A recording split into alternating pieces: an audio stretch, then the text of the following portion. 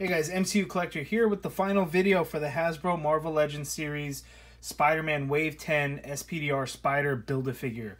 First, before we get into the Build-A-Figure and actually put it together, we're going to rank the figures in this way from what I like the most down to the least. So number one is of course going to be Doc Ock, because it's an awesome figure. Glad we got a new Hasbro version to Doc Ock, one that really holds up and is really accurate to the character. So really happy with it. It's awesome. Of course, my number one. Number two, easily Scarlet Spider. It's just an awesome figure. Very simple, almost all red, a little bit of black, but that buck, that Spider-Man 2099 buck, is the best body mold that we have, hands down. So it is just an absolute awesome figure. Elektra I have next because it's just a very well executed figure. Yes, I'm just not the biggest fan of that female body, but for what the figure is, Hasbro did a fantastic job with it. Next, together, Cloak and Dagger. I hate separating the two because it really should be one because they're always constantly together. They're a team. Simply, they're ahead of Daredevil and Spider-Man because they're new characters that we haven't gotten before. So it's nice to really get something different, really get a nice change up. Next is Daredevil. That is an awesome figure. It's probably actually my favorite Daredevil figure because the black and red just look awesome. The arm wraps and the wrist wraps, the hand wraps, it looks incredible on the figure. The boots are awesome. It's just an awesome figure, but I mean, it just can't edge out with some of these newer character selections that we got, because it is the third Hasbro Daredevil figure. Excuse me, the fourth one, because we have the red one from Hobgoblin, we have the first appearance, the Walgreens exclusive, we have the Defenders set. So this is the fourth one. That's the only reason why he falls down. And then House of M Spider-Man, it's because it's still just another basic Spider-Man figure. I love the figure because it's Spider-Man, but these other ones, because they're all new or whatever, they really outweigh. So that's my ranking. I don't rank the Build-A-Figure because Build-A-Figure usually always really kind of excels and steps up, and I can already tell that this is going to be an awesome figure that I'm really going to enjoy. So let's just get right to it and build it. So we'll start with the torso. You can see that the ball peg there with a hinge.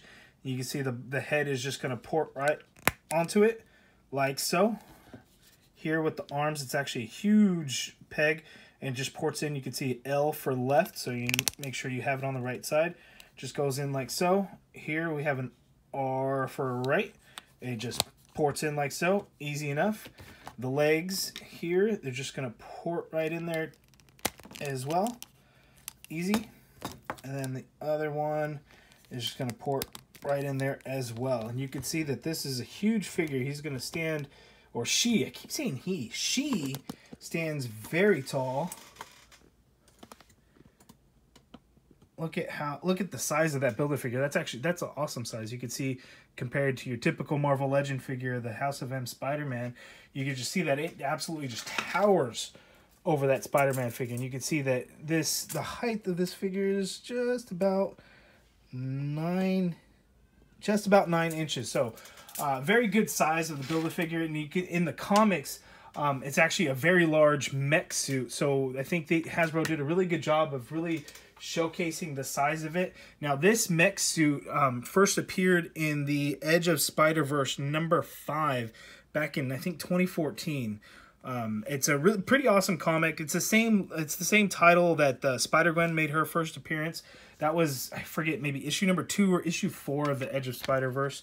But it was an awesome comic. I haven't read it in a few years, but I did kind of skim through it so I could really have an understanding of who the character is and some of the things. So some of the things to really look out for. It is piloted. It's a suit piloted by a teenage girl. She's 14. Her name is Peni Parker. This suit was originally her dad's, but because she shares the same DNA, she's a match for the mech suit since her father passed away. So the Spider has to accept her, and did, so she could pilot the suit. Now that Spider is a sentient Spider that makes up 3 components to make this whole thing work.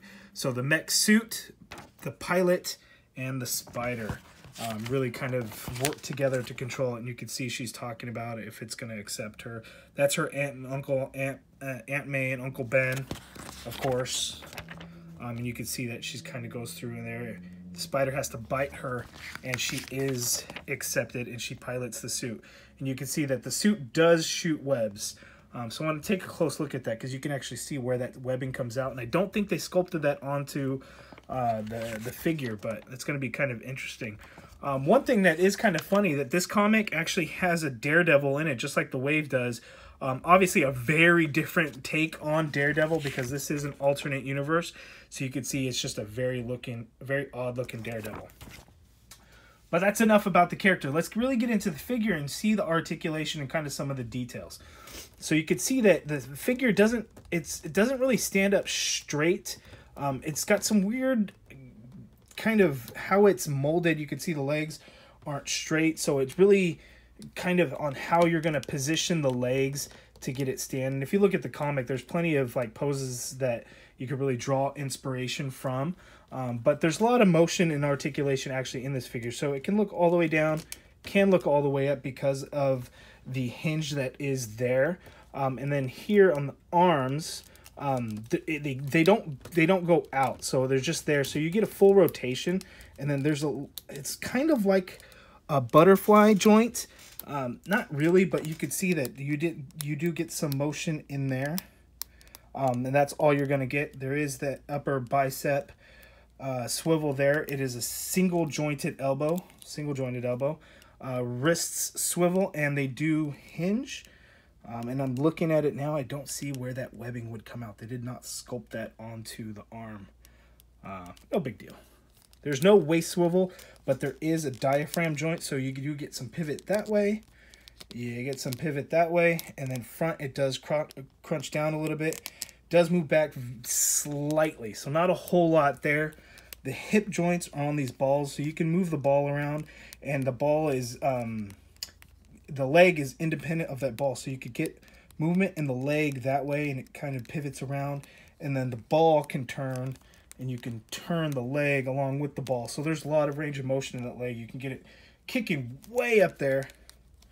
So if you could do some crazy, you know, some crazy spider poses, if it's, you know, web slinging, something like that. Now, it doesn't quite do any kind of motion like this in the comic, but it does get into some pretty crazy poses. So those are the hip joints. As far as the knees, there is a double jointed knee, so you do get good motion there. But again, the leg really isn't straight. The leg is just molded very differently. And then the feet are quite different too. So there's no flat foot. It's kind of this arch here. So it hinges up, hinges down. There is... there's not really a lot of pivot. It just swivels. But it can stand up nicely. Now, you can get this figure actually pretty well balanced, believe it or not. Even though the legs are pretty thin, you can get it to balance fairly decently. Just kind of depends on how you kind of position it a little bit. But even some kind of wacky poses, you can really still get it to stand. So that's pretty awesome. So you can get all kinds of range of motion in these legs too. Now, I think this is kind of one of the popular poses from that comic, and it's hard to kind of get that head to look up at that point when you're really crunching the figure down this low. But you can see you do get a lot of range of motion in the figure, all because of these hip joints and how you can really get those arms to really go out. So that's actually pretty cool there. So lots of motion in there, but just overall the way the figure looks is pretty awesome. It's nice to see that we're getting more and more Spider-Verse characters. Hasbro is just not stopping with the Spider-Verse characters. They keep giving us more and more and more. I'm hoping to get the Uncle Ben Spider-Man, the Spider-Ben. I'm trying to think of what other Spider-Verse characters there are off my head, but there's a whole Web Warriors team, so there's a few that we still need. We still need Spider-Man India, I think can't think of his name off the top of my head.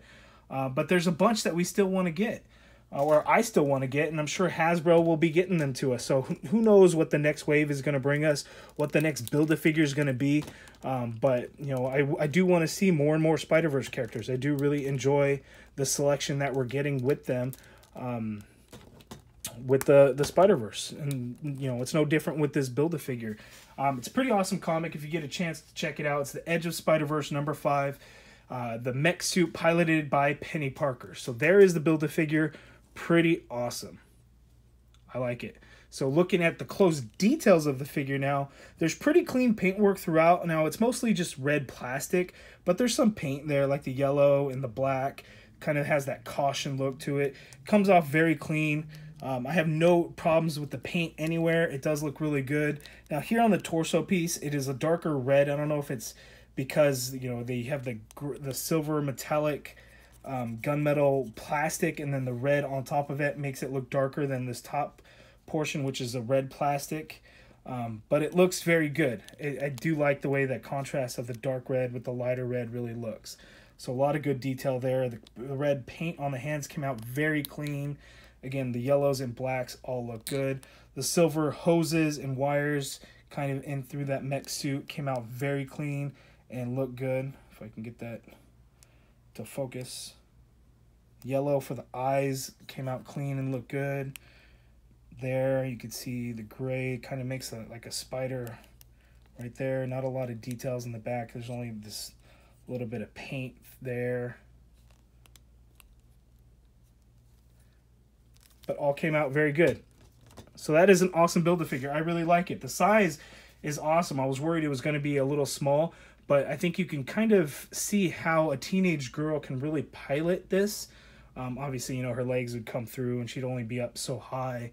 But I could see that how a person, a teenage person, somebody with a smaller body could really fit into this mech suit. So there it is, guys. There is the Spider Build-A-Figure. Let me know what your guys' thoughts are. If you guys have any questions, leave comments down below. Hit that thumbs up if you like the video. Subscribe if you haven't already done so. But thank you for watching.